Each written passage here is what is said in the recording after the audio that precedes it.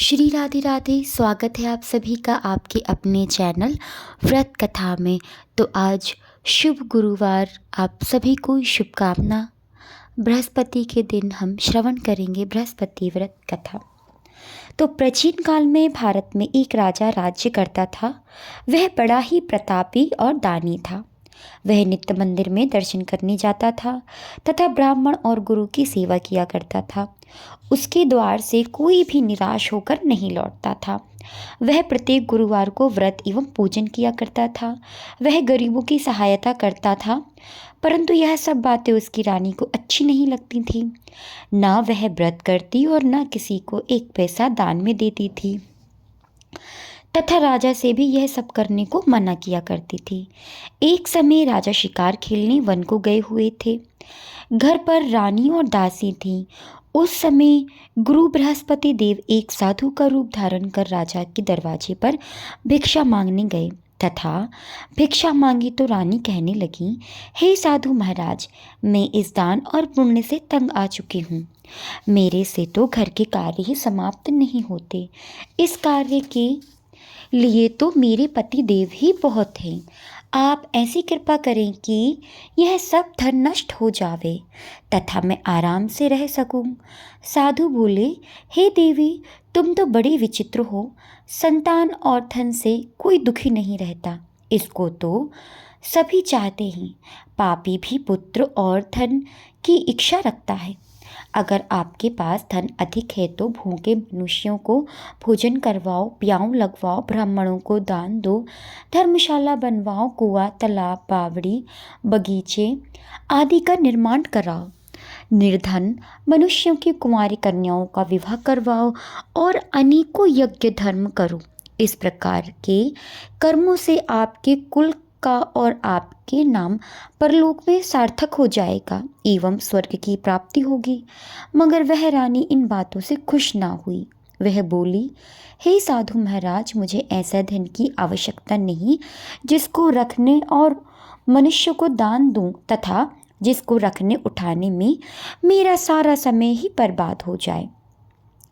साधु ने कहा, हे देवी, तुम्हारी ऐसी इच्छा है तो मेरा सारा समय तो ऐसा ही होगा।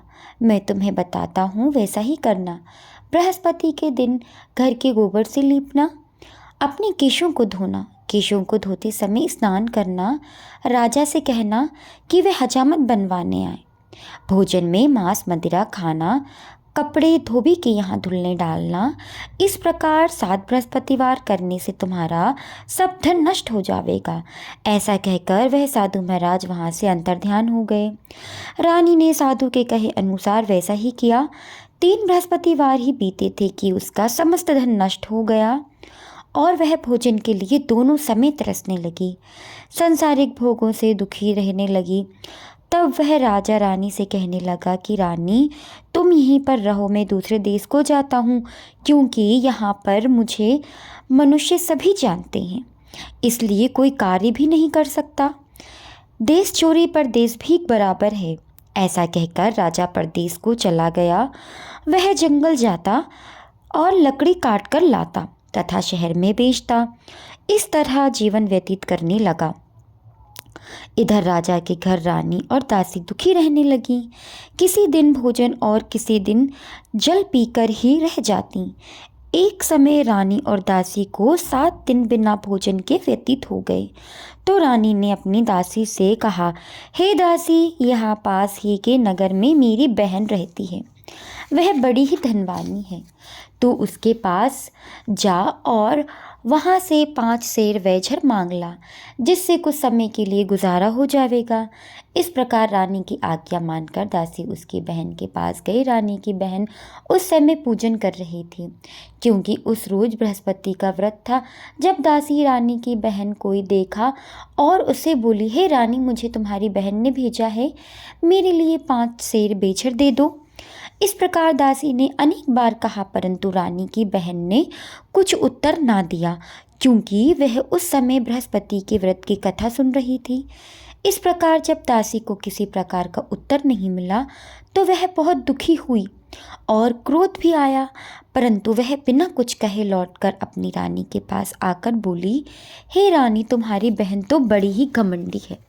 वह छोटी लोगों से तो बात भी नहीं करती, इसलिए उसने मेरी कोई बात का उत्तर नहीं दिया। मैं वापस चली आई। रानी बोली, हे दासी, इसमें उसका कोई दोष नहीं है। जब बुरे दिन आते हैं तो कोई सहारा नहीं देता। अच्छे बुरे का पता तो आपत्ति काल में ही लगता है। अब जो ईश्वर की इच्छा होगी वही होगा। यह सब हमारे भाग्य का दोष है। इधर उस रानी ने देखा कि मेरी बहन की दासी आई थी, परंतु मैं उससे नहीं बोली, इससे वह बहुत दुखी होगी। यह सोच कथा को सुन और विष्णु भगवान का पूजन समाप्त कर रानी बहन के घर गई और अपनी बहन से कहने लगी कि हे बहन, मैं बृहस्पतिवार का व्रत कर रही थी, तुम्हारी दासी गई, परंतु जब तक कथा कहते नहीं, सुनते नहीं, तब तक उठते नहीं हैं और ना बोलते हैं, इसलिए मैं ना बोली। कहो दासी को क्यों भेजा था? रानी बोली, बहन, हमारे अनाज नहीं था। वैसे तुमसे कोई बात छिपी नहीं है, इस कारण मैंने दासी को तुम्हारे यहाँ 5 सेर बेझर मांगने भेजा था। रानी बोली, बहन, बृहस्पति भगवान सभी की मनोकामना पूर्ण करते हैं। देखो, शायद तुम्हारे घर में अनाज रखा हो। इस प्रकार का वचन जब रानी ने सुना तो वह घर के अंदर गई और वहाँ उसे एक खड़ा पेचर भरा मिल गया। तब वह रानी और दासी बहुत खुशी हुई और दासी कहने लगी, हे रानी, देखो, वैसे हमको जब नहीं मिलता है तो हम रोज़ ही व्रत करते हैं। अगर इनमें बृहस्पति व्रत की विधि पूछ ली जाए तो हम भी यह व्रत अवश्य करेंगे। तब उस रानी ने अपनी बहन से पूछा कि बहन, बृहस्पति व्रत की कथा कैसी है, यह व्रत कैसे करना चाहिए? रानी ने अपनी बहन से कहा, बृहस्पति व्रत में चने की दाल मुनक्का से विष्णु भगवान का केले की जड़ से पूजन करें तथा दीपक जलावें, पीला भोजन करें तथा कहानी सुनें। इससे बृहस्पति भगवान प्रसन्न होकर अन्न, पुत्र व धन देते हैं। इस प्रकार रानी और दासी दोनों ने निश्चय किया कि बृहस्पति भगवान का पूजन जरूर करें। 7 दिन बाद जब बृहस्पतिवार आया तो उन्होंने व्रत रखा। घोड़शाल में जाकर चना, गुड़, बीन लाई तथा उसकी दाल से केले की जड़ का तथा विष्णु भगवान का पूजन किया। अब भोजन पीला कहाँ से आवे? बेचारी बड़ी दुखी हुई, परंतु उन्होंने व्रत किया था, इस कारण गुरु भगवान प्रसन्न थे। 2 थाली में सुंदर पीला भोजन लेकर आए और दासी को देकर बोले, हे दासी, तुम्हारे और रानी के लिए भोजन है, तुम दोनों कर लेना। दासी भोजन पाकर बड़ी प्रसन्न हुई और रानी से बोली, चलो रानी जी, भोजन कर लें। रानी को इस विषय में कुछ पता नहीं था, इसलिए वह दासी से बोली, तू ही भोजन कर ले, क्योंकि तू हमारी व्यर्थ में हंसी उड़ाती है। दासी ने कहा, एक महात्मा हम दोनों को 2 थाली में भोजन दे गए हैं, इसलिए हम दोनों भोजन करेंगे। इस प्रकार रानी और दासी दोनों ने गुरु भगवान को नमस्कार कर भोजन प्रारंभ किया तथा अब प्रत्येक बृहस्पतिवार को गुरु भगवान का व्रत और विष्णु भगवान का पूजन करने लगी। बृहस्पति भगवान की कृपा से फिर रानी और दासी के पास धन हो गया। रानी फिर उसी प्रकार आलस्य करने लगी। तब दासी बोली, रानी, तुम पहले इस प्रकार आलस्य करती थी, तुम्हें धन रखने में कष्ट होता था, इस कारण सभी धन नष्ट हो गया। अब गुरु भगवान की कृपा से धन मिला तो फिर तुम्हें आलस्य हो गया। बड़ी मुसीबतों के बाद हमने यह धन प्राप्त किया है, इसलिए हम दान पुण्य करना चाहिए, भूखे मनुष्यों को भोजन करवाना चाहिए, प्याऊ लगवाना चाहिए, ब्राह्मणों को दान देना चाहिए, कुआं, तालाब, बावड़ी आदि का निर्माण कराएं, मंदिर, पाठशाला बनवाकर दान, कुंवारी कन्याओं के विवाह कराएं, धन को शुभ कार्यों में खर्च करें, जिससे तुम्हारे कुल का यश बढ़े और तुम्हें स्वर्ग की प्राप्ति हो। तब रानी ने इस प्रकार कर्म करना प्रारंभ कर दिए। उनका यश फैलने लगा। एक दिन रानी और दासी विचार करने लगी, ना जाने राजा किस प्रकार होंगे, उनकी कोई खबर नहीं मिली। तब गुरु भगवान से उन्होंने प्रार्थना की। भगवान ने रात्रि में राजा को स्वप्न में कहा, हे राजा, उठ, तेरी रानी तुझे याद कर रही है, अपने देश को जाओ। राजा प्रातःकाल उठा और विचार करने लगा कि स्त्री जाति खाने और पहनने की संगिनी होती है, परंतु भगवान की आज्ञा मानकर वह अपने नगर के लिए चलने को तैयार हुआ। इससे पूर्व जब राजा परदेश चला गया तब परदेश में दुखी रहने लगा। प्रतिदिन जंगल में जाता, लकड़ी बीन कर लाता, उन्हें शहर में बेचता, अपने दुखी जीवन को बड़ी कठिनाई से व्यतीत कर रहा था। एक दिन राजा दुखी होकर अपनी पुरानी बातों को याद करने लगा। तब जंगल में बृहस्पति देव एक साधु का रूप धारण कर आए और राजा के पास आकर बोले, हे लकड़हारे, तुम इस सुनसान जंगल में किस चिंता में बैठे हो, मुझे बतलाओ। यह सुन राजा ने नेत्र में जल भर आया और साधु की वंदना कर बोले, हे प्रभु, आप सब कुछ जानने वाले हो। इतना कह साधु को अपनी संपूर्ण कहानी बतला दी। साधु रूपी भगवान बोले, हे राजा, तुम्हारी स्त्री ने बृहस्पति देव का अपमान किया, जिस कारण तुम्हें यह दशा हुई। अब तुम किसी प्रकार की चिंता मत करो, भगवान तुम्हें पहले से अधिक धनवान करेंगे। देखो, तुम्हारी स्त्री ने गुरु भगवान का व्रत प्रारंभ कर दिया है और तुम मेरा कहना मानकर बृहस्पतिवार व्रत करने चने की दाल, गुड़ जल के लोटे में डालकर केला का पूजन करो, फिर कथा सुनो, भगवान तुम्हारी सभी मनोकामनाएं पूर्ण करेंगे। साधु को प्रसन्न देखकर राजा बोले, हे प्रभु, मुझे लकड़ी बेचकर इतना पैसा नहीं मिलता जिससे मैं भोजन के उपरांत कुछ भी बचा सकूं। मैंने रात्रि में अपनी रानी को बड़ा व्याकुल देखा। मेरे पास कुछ भी ऐसा नहीं जिससे मैं उसकी खबर मांग सकूं, और फिर कौन सी कथा कहानी कहूँ, मुझे कुछ समझ में नहीं आता। साधु ने कहा, हे राजन, तुम किसी बात की चिंता मत करो। बृहस्पति के दिन तुम रोजाने की तरह लकड़ी लेकर शहर को जाना। तुमको रोज से दुगना धन प्राप्त होगा, जिससे तुम भली भांति भोजन कर लोगे तथा बृहस्पति देव की पूजा के लिए सामान भी आ जाएगा। और बृहस्पति की कहानी भी होगी, जो निम्न प्रकार से है। बृहस्पति देव की कहानी। प्राचीन काल में एक ब्राह्मण रहता था। वह बहुत निर्धन था। उसके कोई संतान नहीं थी। उसकी स्त्री बहुत मलिनता के साथ रहती थी। वह ना स्नान करती थी, ना किसी देवता का पूजन करती थी। प्रातःकाल उठते ही सर्वप्रथम भोजन करती, बाद में कोई अन्य कार्य करती। इससे ब्राह्मण देवता बड़े दुखी थे। बेचारे बहुत कुछ कहते थे, किंतु उसका कोई परिणाम न निकलता। भगवान की कृपा से ब्राह्मण की स्त्री को कन्या रूपी रत्न पैदा हुआ। कन्या अपने पिता के घर बड़ी होने लगी। वह बालिका प्रातः स्नान करके विष्णु भगवान का जाप करती तथा बृहस्पति को व्रत भी करती। उसने पूजा पाठ को समाप्त कर स्कूल जाती और मुट्ठी में जौ भर कर ले जाती। उसको पाठशाला में मार्ग में डालती जाती। तब ये स्वर्ण के हो जाते। लौटते समय उनको बीन कर घर में लेके आती। एक दिन वह बालिका सूप में उन सोने के जौ को फटक कर साफ कर रही थी। उसके पिता ने देख लिया और कहा, बेटी, सोने के जौ को फटकने के लिए तो सोने का सूप होना चाहिए। दूसरे दिन गुरुवार था। इस कन्या उस दिन व्रत रखा और बृहस्पति देव से प्रार्थना की, हे प्रभु, मैंने आपकी पूजा सच्चे मन से की हो तो मेरे लिए सोने का सूप दे दो। बृहस्पति देव ने उसकी प्रार्थना स्वीकार कर ली। बृहस्पति देव की कृपा से सोने का सूप मिला। उसे वह घर ले आई और उसे जौ साफ करने लगी, परंतु उसकी माँ का वही ढंग रहा।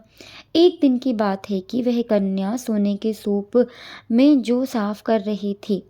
उस समय उस शहर के राजा का पुत्र वहां से होकर निकला। इस कन्या के रूप और कार्य को देखकर मोहित हो गया तथा अपने घर आकर भोजन तथा जल त्याग कर उदास ही लेट गया। राजा को जब इस बात का पता चला तो अपने मंत्रियों के साथ उसने पास गए और बोले, हे बेटा, तुम्हें किस बात का कष्ट है? किसी ने तुम्हारा अपमान किया है अथवा किसी ने क्या कारण है? कहो, मैं वही करूँगा जिससे तुम्हें प्रसन्नता हो। अपने पिता की राजकुमार ने बातें सुनी तो वह बोला, मुझे आपकी कृपा से किसी बात का कोई दुख, कोई कष्ट नहीं। किसी ने मेरा अपमान भी नहीं किया, परंतु हाँ, मैं उस लड़की के साथ विवाह करना चाहता हूँ जो सोने के सूप में सोने के जौ साफ कर रही थी।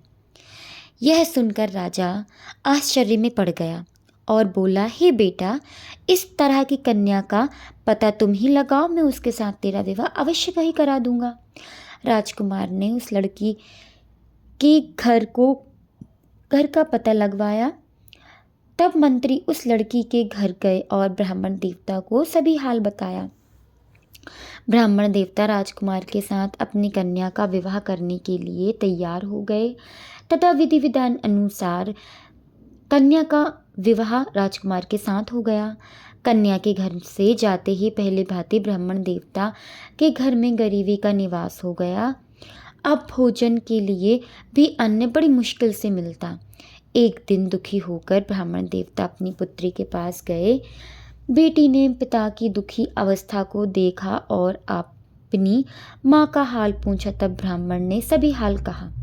कन्या ने बहुत सा धन देकर अपने पिता को विदा कर दिया। इस तरह ब्राह्मण का कुछ समय सुखपूर्वक व्यतीत हुआ। कुछ दिन बाद फिर वही हाल हो गया। ब्राह्मण फिर अपनी कन्या के यहाँ गया और सभी हाल कहा तो लड़की बोली, हे पिताजी, आप माताजी को यहीं लिवा लाओ। मैं उन्हें ऐसी विधि बता दूंगी जिससे समस्त गरीबी दूर हो जाएगी।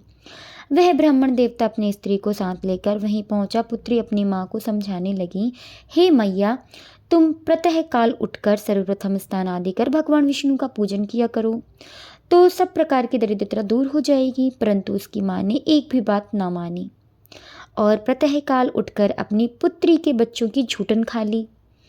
यह देखकर उसकी पुत्री को बहुत गुस्सा आया और रात को एक कोठरी से सभी सामान निकालकर उसमें अपनी माँ को बंद कर दिया। प्रातःकाल उसमें से निकाला और स्नान आदि करवा के पाठ करवाया तो उसकी माँ की बुद्धि ठीक हो गई और फिर प्रत्येक बृहस्पतिवार को व्रत रखने लगी। इस व्रत के प्रभाव से उसकी माँ भी बहुत ही धनवान तथा पुत्रवती हुई और बृहस्पति जी के प्रभाव से स्वर्ग को प्राप्त हुई। वह ब्राह्मण भी सुखपूर्वक इस लोक को भोगकर स्वर्ग को प्राप्त हुआ। इस तरह कहानी कहकर साधु देवता व्रत से लुप्त हो गए और धीरे धीरे समय व्यतीत होने लगा। फिर वही बृहस्पति का दिन आया। राजा जंगल से लकड़ी काटकर किसी शहर में बेचने गया। उसे उस दिन हर दिन से अधिक पैसा मिला। राजा ने चने की दाल और गुड़ लाकर बृहस्पति व्रत का पूजन किया। इस दिन उसके सभी दुख दूर हो गए। परंतु जब दोबारा बृहस्पति व्रत का दिन आया तो बृहस्पति का व्रत करना भूल गया। इस कारण बृहस्पति भगवान नाराज हो गए। उस दिन नगर में एक राजा ने विशाल यज्ञ का आयोजन किया था तथा शहर में घोषणा करा दी कि कोई भी मनुष्य अपने यहाँ खाना ना बनाए, सभी मेरे यहाँ खाना खाए। समस्त प्रजा मेरे यहाँ भोजन करने आए और ये आज्ञा जो ना मानेगा उसे फांसी दी जाएगी। इस तरह की घोषणा संपूर्ण नगर में करा दी गई। राजा की आज्ञा अनुसार शहर के सभी लोग भोजन करने गए, लेकिन लकड़हारा कुछ देर से पहुंचा, इसलिए राजा उसको अपने साथ घर लिवा ले आए। जब वह उसे घर पर भोजन करा रहे थे तो रानी की दृष्टि उस खूंटी पर पड़ी जिस पर उसका हार लटका हुआ था। वह वहाँ पर दिखाई नहीं दिया। रानी ने निश्चय किया कि मेरा हार इस मनुष्य ने ही चुरा लिया है।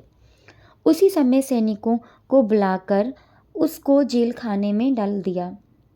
जब राजा जेल खाने में पड़ गया और बहुत दुखी होकर विचार करने लगा कि ना जाने कौन से पूर्व जन्म के कर्म से मेरे लिए यह दुख प्राप्त हुआ है, वह उसी साधु के याद करके रोने लगा जो जंगल में मिला था। उसी समय तत्काल बृहस्पति देव साधु के रूप में प्रकट हो गए और उसकी दशा को देखकर कहने लगे, अरे मूर्ख, तूने बृहस्पति देवता का कथा नहीं करी, इस कारण तेरे को यह दुख प्राप्त हुआ है। अब चिंता मत कर। बृहस्पतिवार के दिन जेल खाने के दरवाजे पर रुपए पड़े मिलेंगे, उनसे तू बृहस्पति देव की पूजा करना, तेरे समस्त दुख दूर हो जाएंगे। बृहस्पति के रोज उसे रुपए पड़े मिले। राजा ने कथा कही तथा उसी रात्रि को बृहस्पति देव ने नगर के राजा को स्वप्न में कहा, हे राजन, जिस आदमी को तुमने जेल खाने में बंद कर दिया है और वह निर्दोष है, वह राजा है, उसे छोड़ देना। रानी का हार उसी खूंटी पर लटका मिलेगा। अगर तू ऐसा नहीं करेगा तो मैं तेरे सारे राज्य को नष्ट कर दूंगा। इस तरह रात्रि में स्वप्न को देखकर राजा प्रातःकाल उठा, खूंटी पर हाथ लटका देखा तो लकड़हारे को बुलाया, क्षमा मांगी तथा राजा के योग्य आभूषण और वस्त्र देकर विदा किया। साधु की आज्ञा अनुसार राजा अपने नगर को चल दिया। राजा जब नगर के निकट पहुंचा तो उसे बड़ा आश्चर्य हुआ। नगर में पहले से अधिक बाग, तालाब और कुएं तथा बहुत सी धर्मशालाएं, मंदिर बन गई थीं। राजा ने पूछा कि यह सब धन बाग किसका है? तब सभी नगर के वासियों ने कहा कि यह सब रानी का है। राजा आश्चर्य भी हुआ और गुस्सा भी आया। जब रानी ने यह खबर सुनी कि राजा आ गए हैं तो उसने दासी से कहा, हे दासी, देख राजा हमको कितनी बुरी हालत में छोड़कर गए थे। वह हमारी ऐसी हालत देखकर कहीं लौट ना जाए, इसलिए तू दरवाजे पर खड़ी हो जा। रानी की आज्ञा अनुसार दासी दरवाजे पर खड़ी हो गई। राजा आए तो उन्हें अपने साथ लेवा लाना तथा तब राजा ने क्रोध करके अपनी तलवार निकाली और पूछने लगे, बताओ यह सब धन तुम्हें कैसे प्राप्त हुआ है? तब उन्होंने कहा कि हमें यह सब बृहस्पति देव के व्रत के प्रभाव से प्राप्त हुआ है। राजा ने निश्चय किया कि 7 रोज बाद तो सभी बृहस्पति देव का पूजन करते हैं, परंतु मैं रोजाना दिन में 3 बार कहानी करूँगा तथा रोज में व्रत करूँगा। अब हर समय राजा के दुपट्टे में चने की दाल बंधी रहती तथा वह दिन में 3 बार कहानी कहता। एक रोज राजा ने विचार किया कि चलो अपनी बहन के यहाँ चलते हैं। इस तरह निश्चय कर राजा घोड़े पर सवार हो अपनी बहन के यहाँ निकल गया। मार्ग में उसने देखा कि कुछ लोग मुर्दे को ले जा रहे हैं। उसने उसे रोककर कहा, अरे भाई, मेरी बृहस्पति की कथा सुन लो। तो कुछ लोग कहने लगे, यहाँ हमारा आदमी मर गया है और तुझे अपनी कथा की पड़ी है। परंतु कुछ आदमी बोले, अच्छा कहो, हम तुम्हारी कथा सुनेंगे। राजा ने दाल निकाली और कथा कहने लगा। जब कथा आदि हुई तो मुर्दा हिलने लगा। जब कथा समाप्त हो गई तो वह राम राम कह के खड़ा हो गया। आगे मार्ग में जाते ही किसान खेत में एक हल चला रहा था। राजा ने उसे देखा और बोला, भाई मेरी कथा सुन लो, बृहस्पति की कथा सुन लो। किसान बोला, जब तक मैं तेरी कथा सुनूंगा जब तक मैं 4 हराए जोत लूँगा। जा अपनी कथा किसी और से कहना। इस तरह राजा आगे चलने लगा। राजा को हटते ही बैल पछाड़ खाकर गिर गए। उस किसान के पेट में बहुत तेज दर्द होने लगा।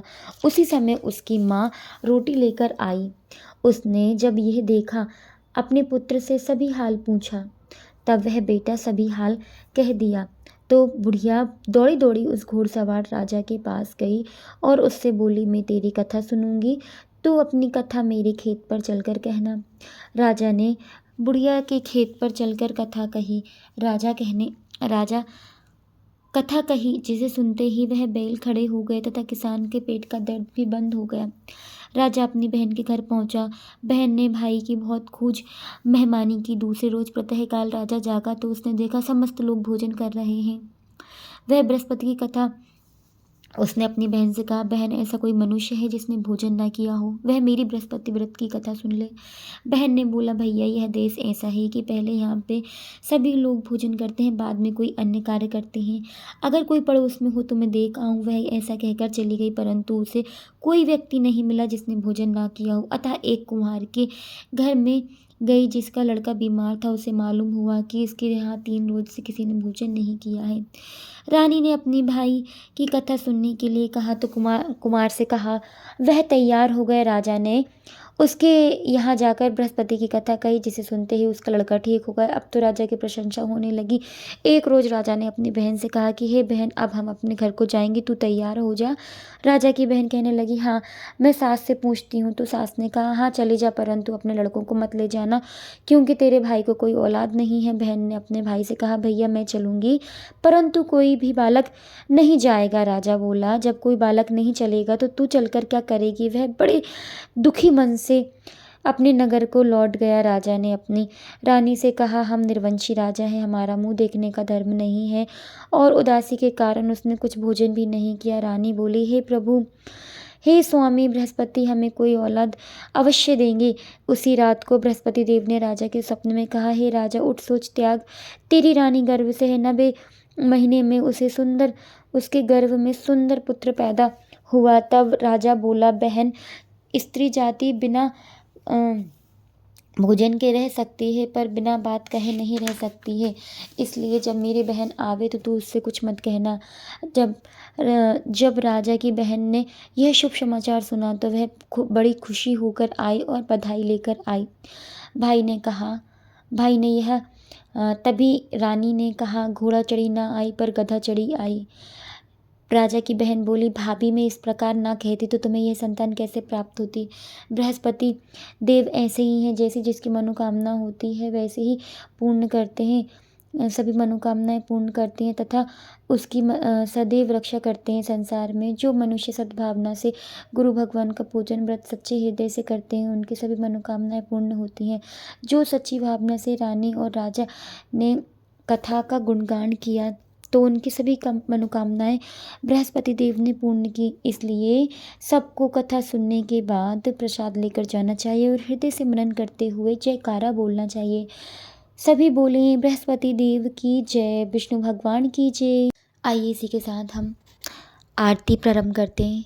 ओम जय बृहस्पति देवा, स्वामी जय बृहस्पति देवा, छिन छिन भोग लगाऊं कदिले फल मेवा। ओम जय बृहस्पति देवा, तुम पूर्ण परमात्मा, तुम अंतर्यामी, स्वामी तुम अंतर्यामी। जगत पिता जगदीश्वर, जगत पिता जगदीश्वर, तुम सबके स्वामी। ओम जय बृहस्पति देवा, चरण में रत निज निर्मल, सब पातक हरता, स्वामी सब पातक हरता। सकल मनोरथ दायक, सकल मनोरथ दायक, कृपा करो भरता। ओम जय बृहस्पति देवा, तन मन धन अर्पण कर, जो शरण परण पड़, स्वामी जो जन शरण पड़े। प्रभु प्रकट तब होकर, प्रभु प्रकट तब होकर, आकर द्वार खड़े। ओम जय बृहस्पति देवा, दीन दयाल दयानिधि, भक्तन हितकारी, स्वामी भक्तन हितकारी। पाप दोष सब हरता, पाप दोष सब हरता,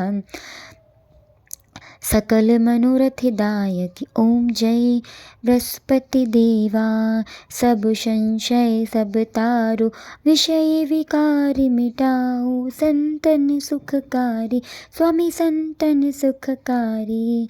जो कोई आरती गावे, जो कोई आरती तेरी प्रेम सहित गावे, जेठानंद आनंद सो निश्चय पावे। ओम जय बृहस्पति देवा, ओम जय बृहस्पति देवा।